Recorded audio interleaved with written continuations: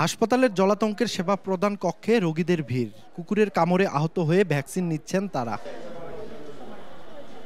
স্বাস্থ্য বিভাগের তথ্য মতে সম্প্রতি পঞ্চগড়ে বেড়েছে কুকুরে কামড়ে আক্রান্তদের সংখ্যা। প্রতিদিনই বিভিন্ন হাসপাতালে সেবা নিতে আসছেন রোগীরা। তবে জেলার সরকারি হাসপাতালগুলোতে গত 1 মাস ধরে মিলছে না জলাতঙ্কের ভ্যাকসিন। রোগী ও স্বজনরা বলছেন, ভ্যাকসিন না পেয়ে অনেকে ফিরে যাচ্ছেন, অনেকেই বেশি দামে ওষুধের দোকান থেকে কিনছেন। এতে বিপাকে পড়ছেন তারা। আমাদেরকে লিখে দিল যে ভ্যাকসিন এখানে হসপিটালে নাই, বাইরে থেকে কিনে নিয়ে আসতে হবে। তা আমি বাইরে থেকে যা কিনে নিয়ে আসলাম, দাম নিল আমার কাছে 540 টাকা।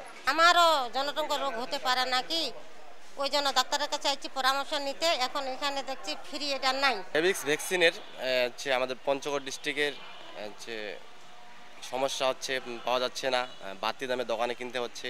একটা আধুনিক সদর হাসপাতালে যদি আমরা এই সেবা থেকে বঞ্চিত হই, তাহলে এই গরিব মানুষটা কোথায় যাবে? তবে জলাতঙ্ক রোগী বাড়ার কথা স্বীকার করলেও কোনো সমাধান নেই স্বাস্থ্য বিভাগের কাছে। রেবিস সংক্রমণের আশঙ্কা নিয়ে প্রচুর পরিমাণে রোগী আসছে।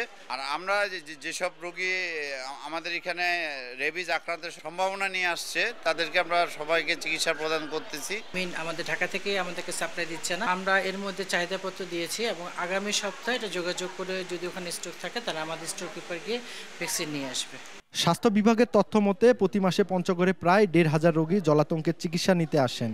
এর বিপরীতে প্রতি মাসে ৪০০ ভ্যাকসিন পাওয়া যায়, যা দিয়ে ২০০০ রোগীর সেবা দেওয়া সম্ভব হয়। সোহাগ হায়দার, সময় সংবাদ, পঞ্চগড়।